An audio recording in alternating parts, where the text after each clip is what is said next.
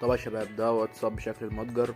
النسخة ديت المميز اللي فيها ان هي فيها كل خطوط الايفون، وكمان فيها الايموجي بتاع الايفون، على الرغم من انها شبه نسخة المتجر او مش شبه، هي نسخة المتجر اصلا، بس متضاف فيها كل الاعدادات بتاعة الخصوصية كلها كاملة.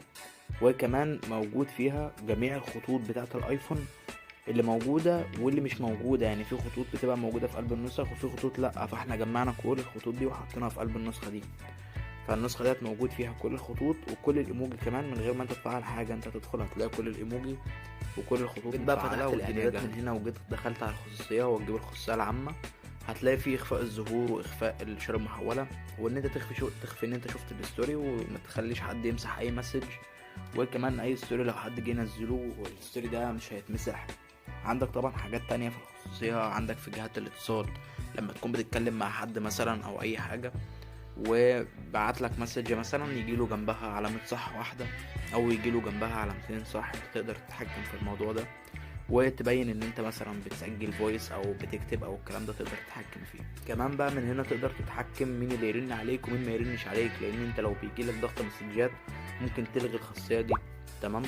عندك كمان ان انت تقدر تبعت الصور بدقة كاملة، وتقدر تبعت اكتر من 16 ميجا فيديو، اكتر من 16 ميجا صورة تقدر تحددهم من هنا في التخصيص وكده. هنا بقى كل الخطوط اللي موجودة عندك، خطوط كتيرة جدا، كل خطوط الايفون موجودة زي ما انت شايف، تقدر تختار الخط اللي انت عايز تختاره.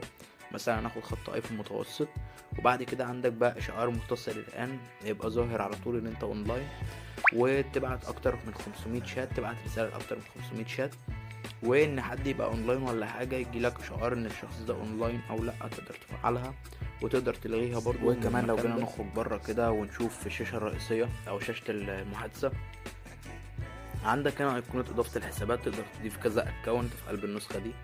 وكمان ايقونة اخفاء الاعدادات لو مش عايزها تظهر، تقدر ان انت تجيبها من الاعدادات الرئيسية، وتعرض اسمك طبعا وتعرض البايو ورقم تليفونك او تعرضه او لا، نفس الميزة بتاعة التليجرام، بتاع تليجرام الايفون.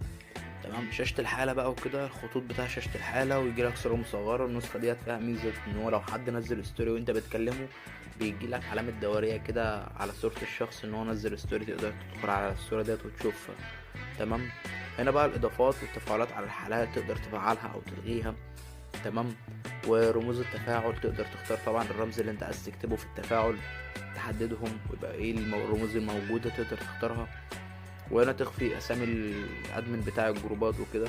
طبعا رابط النسخة ديت هتلاقيها موجود في وصف الفيديو وفي الكومنت المسبق. بمجرد ما تضغط على اللينك هتلاقي ان هو وجهك لصفحة التحميل. لو مش هتعرف تحمل هتلاقيني سايب لك برضو تحت اللينك على طول حاجة اسمها طريقة التحميل، هتضغط عليها وتتفرج على مشاهدة طريقة التحميل وكده، هتشوف الطريقة بتاعة التحميل بتمشي ازاي او بتقدر تحمل ازاي وتفهم الطريقة، وبعد كده ترجع تحمل اللينك هتلاقي نفسك حملت النسخة عادي بكل سهولة، والدنيا بقت جميلة معاك. وبس كده، سلام.